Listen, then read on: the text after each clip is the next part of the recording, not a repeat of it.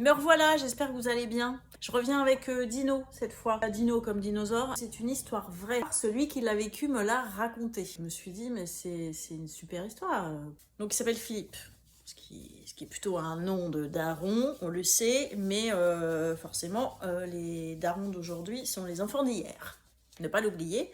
Donc en fait, en 78, il a 11-12 ans. Alors il est en 6e, mais il se trouve qu'il est vachement respecté parce qu'il a un endroit où il trouve des dents de requin.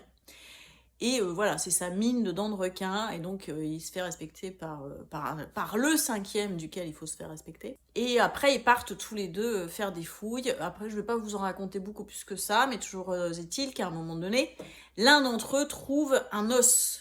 Mais c'est plus une dent de requin en fait, c'est un os de squelette. Et ça va les emmener très très loin, donc je vous laisse faire la découverte.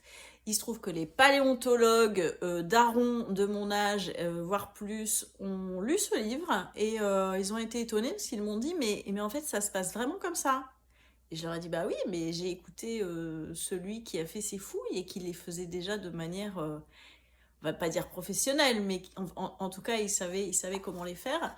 Donc évidemment moi j'ai tout repris, j'ai repris les procédures, j'ai repris tout ce qu'il m'a dit, mais de façon à ce que ce soit quand même un peu léger pour la lecture d'un collégien.